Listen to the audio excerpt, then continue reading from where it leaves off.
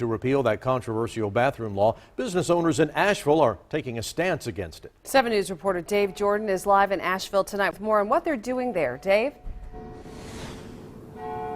Well, Amy, those businesses are pushing back against House Bill 2 by allowing their patrons to use the bathroom of their choice, a move that is being met with support and gratitude from the transgender community.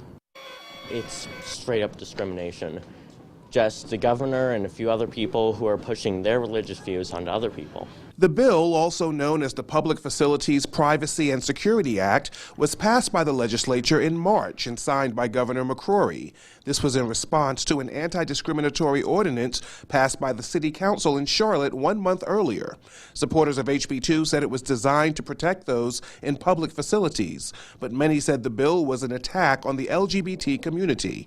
Businesses like the Orange Peel, a concert venue in Asheville, hung signs in support of the transgender community, allowing them to use the restrooms of their choice, even converting one of those restrooms to unisex. As a business, we really put an emphasis on just making sure that everyone that comes here feels comfortable. We want it to be a welcoming environment for everyone. Many businesses in downtown Asheville took a similar position. The general manager of Malaprop's bookstore and cafe hung similar signs throughout its store as well. We thought it was really important for our customers to feel safe and not and feel protected. North Carolina had been the subject of boycotts because of HB 2. The NBA moved its All-Star game out of Charlotte, and several businesses like PayPal canceled plans to expand in the state.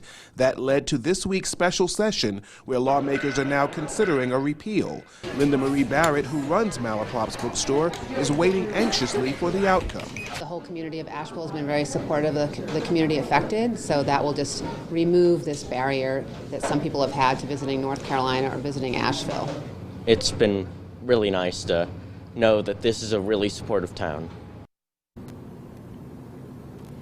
Now, we reached out to city leaders here at Asheville City Hall for a comment on the repeal discussion. No one would comment specifically on that, but we were reminded that the City Council passed an ordinance and a resolution rather to repeal back in April. So this is still being discussed, and there's still a lot of broad support for what's going on in the legislature tonight. We are live tonight outside of Asheville City Hall. Dave Jordan, 7 News. All right, Dave. Now, we've talked about the events, the sporting events, the businesses the state has lost. What about Asheville? They mentioned the tourism concerns. How much has this hurt Asheville?